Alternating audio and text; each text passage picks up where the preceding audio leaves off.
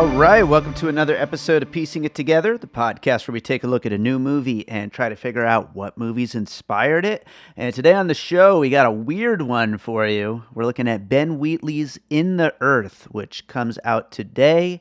And I was lucky enough to get to see it a little while back. And joining me to talk about it is Amy Smith from the Film for Thought podcast. I've been wanting to have her on the show for a while now, and I'm happy to finally get her here on Piecing It Together. We had a great conversation about In the Earth and some of the weird movies that this crazy movie was possibly inspired by. But before we get into that conversation, I do want to remind you to make sure you're subscribed to Piecing It Together wherever it is you listen to podcasts. We're, of course, on Apple Podcasts, on Spotify, on Pocket Casts, on TuneIn. I could just sit here and name like 20 different apps. We're on all of them, I think. If we're not on something that you like to use to listen to podcasts, let me know, and I'll make sure to get on that app. You could also follow us on social media at Piecing Pod. You could join our Facebook group, Popcorn and Puzzle Pieces, where we continue the conversation about all the movies we talk about here on the show. And don't forget to check out our Patreon, the Produced by David Rosen Patreon, where you might be hearing this episode right now ahead of its actual planned release on the main feed. I'm not sure. It's hard for me to tell. But yeah, check out the Produced by David Rosen Patreon. I post advanced episodes of Piecing It Together, exclusive bonus content, also content from Awesome Movie Year and other podcasts that I'm involved with, and from my music career. I got lots of great content on there as well from my music. I'll be posting very soon the soundtrack to a feature film I just recently scored. So yeah, lots of great content coming there. So sign up if you really like what we're doing, or you could also just, rate and review the show, share it, and keep listening. That helps too. So let's get into this conversation about In the Earth. All right, so Amy Smith from the Film for Thought podcast is here. Amy, how's it going? It's going well, thank you. How are you? I'm doing great. I have been covering a lot of horror movies lately. I don't know how that worked out, but it sure seems to be the case. But looking forward to talking about this one. It's a weird one. But before we get into it, though, it's your first time on the show. Why don't you tell people a little about you and your podcast? Yeah, so I have a podcast, Film for Thought. It's basically based on the blog that I also have. And the idea of it is just letting people come on and get to talk about a film of their choice, because I know some people don't have a space to do that or don't have an excuse to kind of talk about a favourite film of theirs from maybe 60s, 70s or whenever. So it's just a chance to give people a space to talk about films. Awesome. Yeah, no, that's a great way to open the floor to people who, like you said, don't maybe have an outlet for talking about some particular movie that's like very meaningful for them. So yeah, no, that's awesome. This movie we're going to talk about is an interesting one, In the Earth from Ben Wheatley. Are you a big Ben Wheatley fan? I was one of the people that defended Rebecca, I will say that. Okay. I did actually really enjoy Rebecca, but I haven't actually checked out a lot of his other stuff. I need to go back and look after it, but so far, it's 2 for 2 for me. Okay. Yeah, that's going to be interesting then, because I'm sure that I know Ben Wheatley is one of these filmmakers who has a kind of rabid fan base that just really either loves his stuff or people who just seem to hate him. So far, the things that I've seen from him, I don't really like that much, but this is my favorite thing I've seen from him. So that's good. At least I'm kind of on that kind of trajectory with his filmmaking. Of course, the big story of this movie is that it's a post-pandemic film and made after everything we've been through over this year. And so that is definitely going to be an interesting thing as we get into some of these puzzle pieces, see how that kind of like lines up with things. But I'd say let's just start jumping right in. What do you got for your first puzzle piece for this? So my first puzzle piece is Darren Aronofsky's Mother. Nice. And I've got this because they're both kind of horror films, but they also take a very nature aspect to the story and really focus in on the nature itself. So that was my first puzzle piece. Awesome. Yeah, I always love bringing Mother into a conversation on this show. I love that movie so much. And this is definitely I would say one of those movies that just gets like crazier and crazier as it goes. It's got that kind of build, just like Mother, where it just goes totally off the rails as the things go forward. And yeah, that whole nature being at the center of everything that's kind of happening within this. And I will say that that's an interesting thing too. This is one of those movies where there's a lot of interpretation, I think, that you can really go into as far as you want to, as deeply as you want to, about what exactly is happening here. And obviously Mother has a lot of various interpretations to it. I'm not sure if there are, a lot of theories out there within the earth. I haven't I usually don't like dig too deep in because I don't want it to affect my opinion when making a podcast episode, but I'm sure that there's a lot that could be gleaned from what happens on screen in this movie. So for sure, I'll go to the first one that came to my mind, also dealing with nature and all that, and that's Annihilation, a movie where a bunch of scientists have to go into this place in a forest where this unexplainable scientific event is happening. In that case, it's the shimmer, and once they get inside, things are just getting really strange. Nature is just going wrong and going all off. And there's also a lot of creepy humanoid plant figures, which there's one of those at least in this movie. Do you think it could also be like a Netflix formula because Ben Wheatley has worked with Netflix for Rebecca? Yeah, that is absolutely true. Yeah, that's funny. I forgot about that.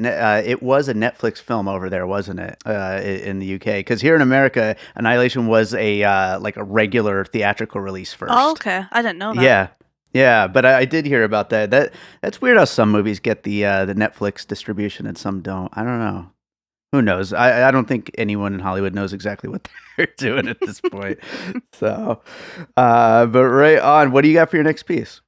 Probably the most obvious one, and I've gone with Contagion because of the whole way it handles the pandemic, and yeah, even the filming of Any Earth, which they described because it was done during COVID really tightly in the UK. So it was a way for him to kind of naturally have these 2 meters socially distanced filming on screen and off screen and being able to implement it in a story, which I think they did really well. But I think the most obvious sort of correlation to that is Contagion. Yeah, sure. I've never actually seen it. Like, I'm very aware of it, and of course, it's a movie that's come up since a pandemic and all that. And it is interesting. This is a movie that I think really naturally deals with what we've been going through, and I think that's part of what makes it so successful. It's not going to be a movie we look back at and cringe, like a lot of pandemic related movies lately. It feels natural. It feels like, oh yeah, there was a pandemic and these people went through it, and this is the kind of after effects of that. And yeah, I think that that's a good lead in to another puzzle piece that I had here, which is It Comes at Night, which is a movie where there's recently been a kind of unexplained kind of pandemic. We're not like, given all the details of it, but basically that human interaction has been really frayed because of everything that the people in the movie have gone through.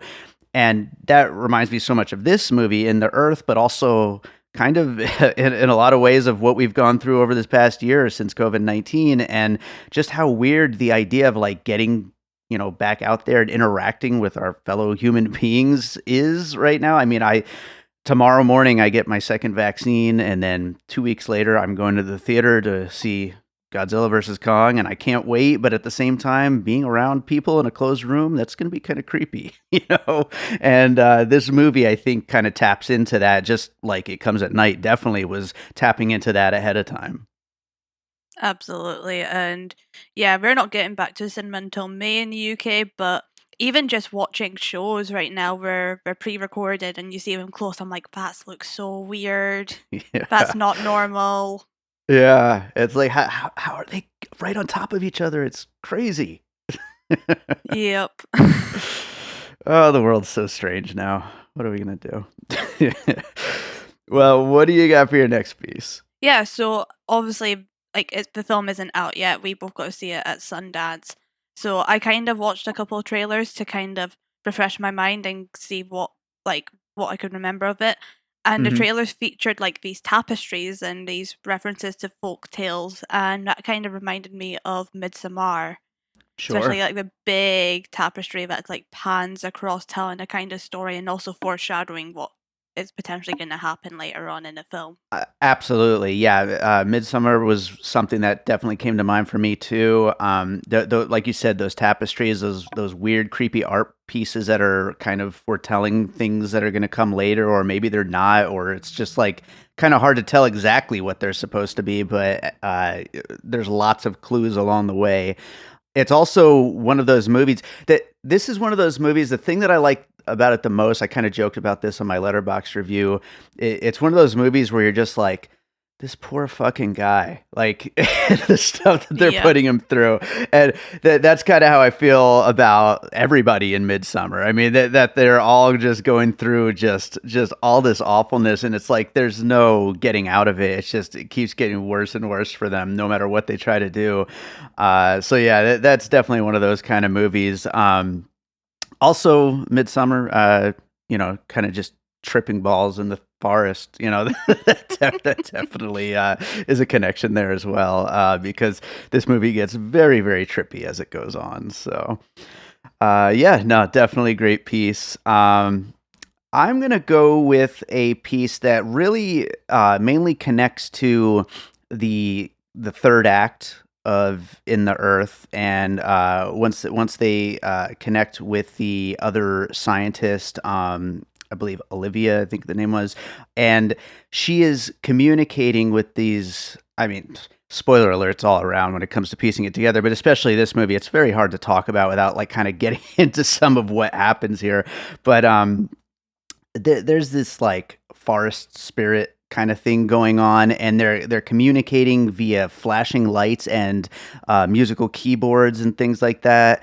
And so I thought of Steven Spielberg's Close Encounters of the Third Kind, where they communicate with the aliens through a whole series of lights and musical keys. And so this is, of course, in this case, some kind of weird forest spirit that we're never really fully explained exactly how that works or what exactly it is that is happening with it. But somehow or another, the scientists are communicating with it through musical keys and big flashing lights that make for some really trippy, cool visuals. Absolutely, yeah. I haven't actually. That's one film I do actually need to catch up on. That's like a blind spot of mine. Oh, right on. Yeah, I saw it at a anniversary type screening a couple years ago. I think it was the 40th anniversary. So I got to see it in the theater, and very weird movie for being such a beloved classic, but very cool. It's one I definitely have to check out. So what do you have next? Yeah, so any chance to talk about Psycho, I'm going to take. So anytime I see like a slasher slash horror, I'm like, well, that's kind of influenced by Psycho. You don't get horrors and you can't really talk about Psycho otherwise. Yeah, that's right. And yeah, I mean, we should talk about this. So, I mean, basically, the main plot here, we've got these two scientists going into the woods to meet up with this other scientist who they haven't heard from, and to gather supplies. This is all after, of course, a pandemic has just happened, and they basically get drugged and kidnapped by this crazy person. And we don't really know exactly who he is. We just kind of think he's just someone living in the woods, but more things get revealed as it goes on. But this crazy person, Zach, played by Reece Shearsmith, he is pretty freaking terrifying. Oh, absolutely. Yeah, like it's so creepy, especially with how like the close-up shots of like the body mutilation and how well they are done. Oh yeah. And that all kind of leads to what I was saying earlier about like this is one of those movies that this poor guy, like it's just horrifying what they put him through. And it's so funny, like this is a kind of a darkly comic film, I thought. Like it definitely made me laugh a lot. Like he just takes it all in stride, like he just like kind of goes and then takes it and just keeps moving forward. He's like, I'd be dead like minutes into this movie, basically. Oh yeah, same. Yeah. Absolutely. I would not want to live if I went through that for an entire night. Oh yeah, I have no idea how this poor guy makes it, but yeah, that character very crazy. I'll go on to another piece here. I'm gonna go with combination puzzle piece here. Two movies: The Fog and The Mist. You get a lot of really cool, trippy imagery of fogs kind of rolling in, and then I already kind of mentioned about the lights and everything. That there's a lot of flashing lights and a lot of strobe effects going on, but mixed with the fog and the knowledge that something evil and dark and creepy is in that fog makes for some really cool, unsettling imagery.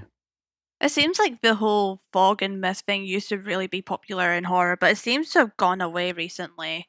So it's nice to Right? see it kind of brought back.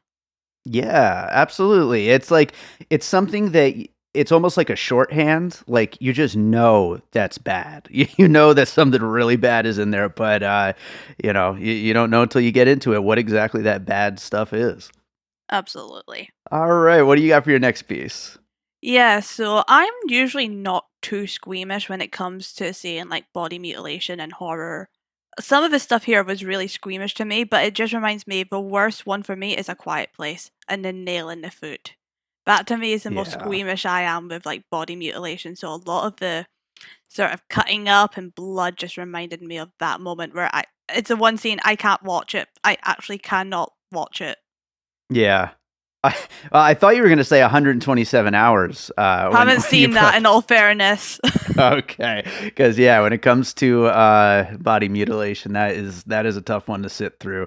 But yeah, Quiet Place also. I actually, to be honest, I kind of forgot about the that scene, but that is pretty awful. And yeah, the stuff that happens to poor Martin in this movie, it is just. I was definitely kind of like squealing while watching it. I was like, oh god, is it's terrible. So I'll go with another piece here, and that is Color Out of Space, a movie with Nicolas Ooh. Cage from last year that came out. That kind of the whole cosmic horror thing. It's I feel like the build of this, we talked earlier about Mother and like getting crazier kind of build to the movie, but it's also like the kind of crazy, the kind of horror that's going on. We start out with like just creepiness in horror, and then move to strange in horror, and then to just all out nuts horror by the end of the movie. And I thought that kind of strange build to it, the way that Color Out of Space was, where things started out creepy, got stranger, and then went just total balls to the wall nuts by the end. And I feel like In the Earth has that similar kind of build to it. I will say I now want Nicolas Cage to star in a Ben Wheatley film. Ooh, I think we all want Nicolas Cage to start a Ben Wheatley film. Give us that, yes. Well, what do you got for your next piece? Yes, so this is the final piece I have, but it's also a TV series and it's Supernatural. It's a show I've loved for so many years, but the hint of a supernatural, but a lot of the episodes actually involve being in the woods or being in the dark or trying to hunt something, not sure what's really there, survival. It's got all the different elements that I could really see influences of within in the earth. Right on. What's the title of it? Supernatural. Oh, it is just called Supernatural. Okay, It's yeah, just called I've never Supernatural. seen it.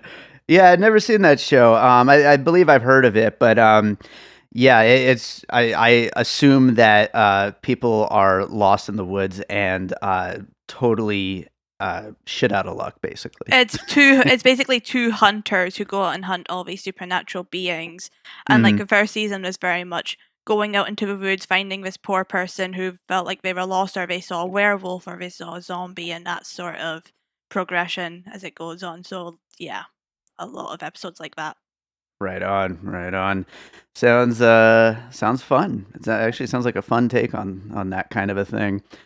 I'll go with my last piece here, and that is the Blair Witch Project. Ooh, Because yes. I just felt like once they got out into the woods, they're just stuck, and there's simply no way to get out for no particular no explainable reason, they're just not going to be able to get out of those woods, and that leads to that the supernatural aspect of this movie, which again we don't get any kind of straight up answer to, like, how is this happening, why is this happening. I mean, there's a spirit in the woods, so it's like, how are we going to really fully explain any of that in a 90 or 100-minute runtime, however long this movie was. But these people are just so completely stuck and there's no getting out. And then of course, we also have Zach running around too, so there's that to contend with. But I mean, even if there wasn't a Zach, they're still completely stuck and there's no getting out for them. And even though it's not found footage in the Earth, it does feel like we're still with them on the journey because we never really cut away. Sure.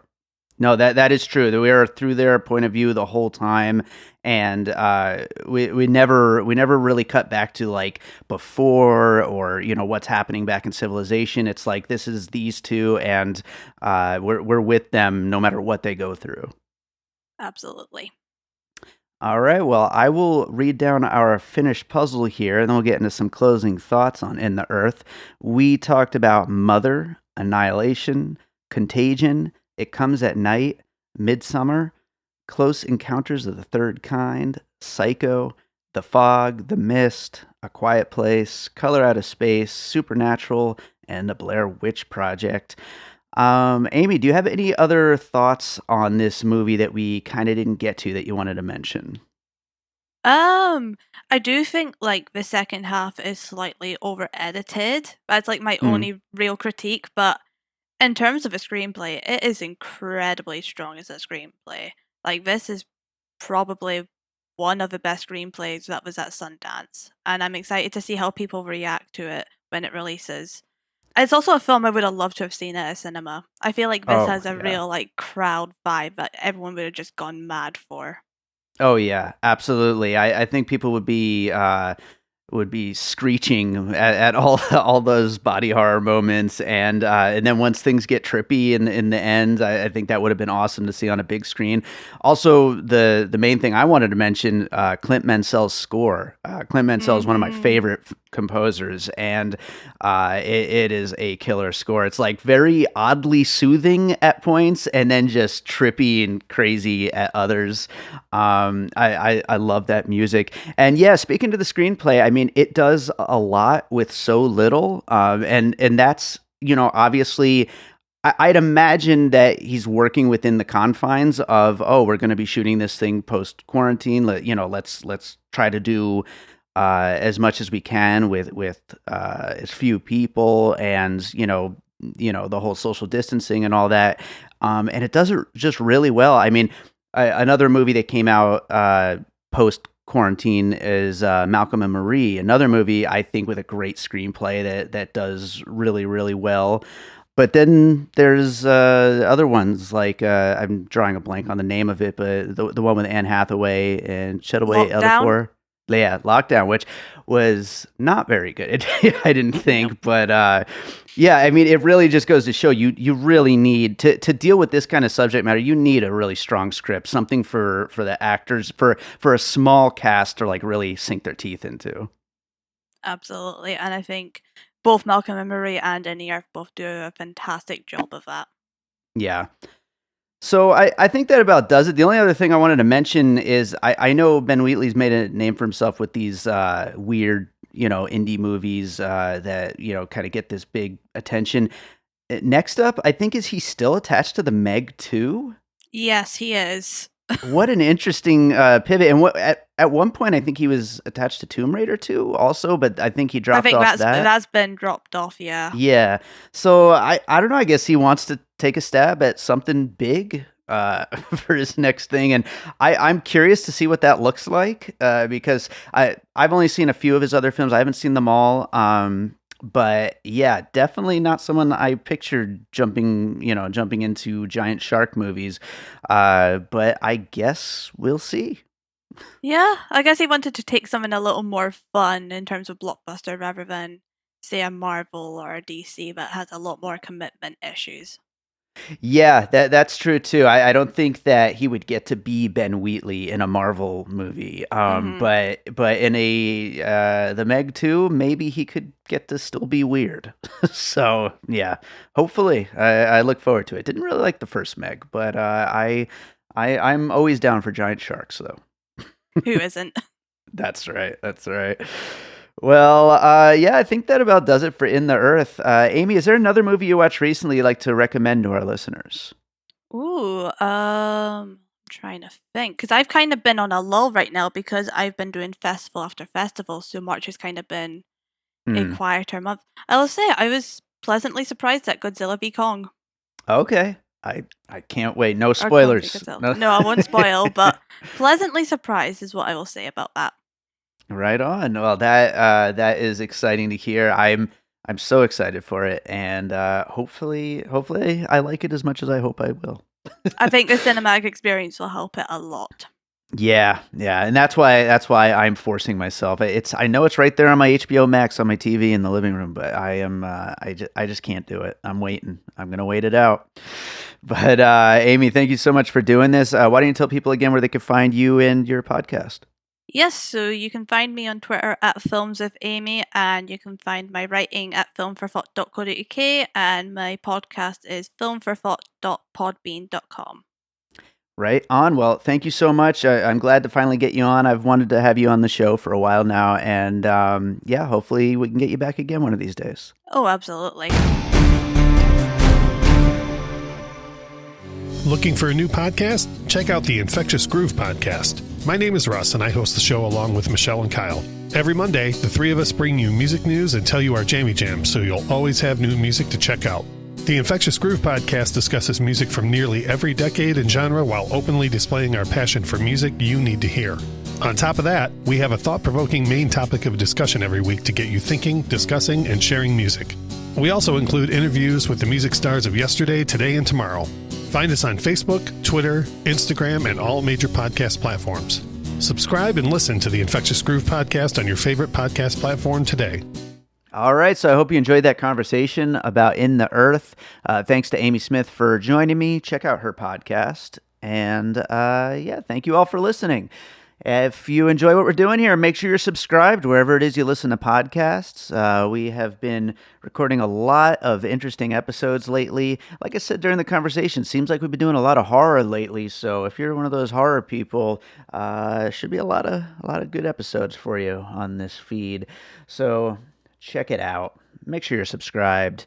Rate and review us on Apple Podcasts or Podchaser. Trying to get some more reviews going. You know, they say that kind of thing helps. Who knows? Maybe it does. Maybe it doesn't. But I appreciate it, whether it does or doesn't. Yeah. Anyway, you could also share the show with your friends. That is the best thing in the world that you could do, because once you share it, we get in front of all new people, and that's what it's all about, isn't it? You can also check out our Patreon, produced by David Rosen, which has lots of great content to check out from my music career, as well as from all the podcasts I'm involved with. You could also join our Facebook group, Popcorn and Puzzle Pieces, where we continue the conversation about all the movies we talk about here on the show. Lots of people in there that love these weird horror movies, so you'll probably... Maybe you're already in there. If you are, hey, how's it going? Yeah, okay. I'm rambling here, but I think I should close this thing out with a piece of music. And I want to close it out with something weird, something that fits with a movie like In the Earth. You know, I've always been really inspired by Clint Mansell and his scores, so I want to do him proud here. You know what? Actually, I'm going to go with a piece that is currently unfinished. This will be on one of my next albums. Why not give a little exclusive preview of something that I've been working on? I think this track might end up being called Swamp, but it'll definitely be on one of my upcoming albums that I've been working on. So, tentatively titled Swamp, but who knows? Hope you enjoy it. We'll be back with more Piecing It Together coming up real soon.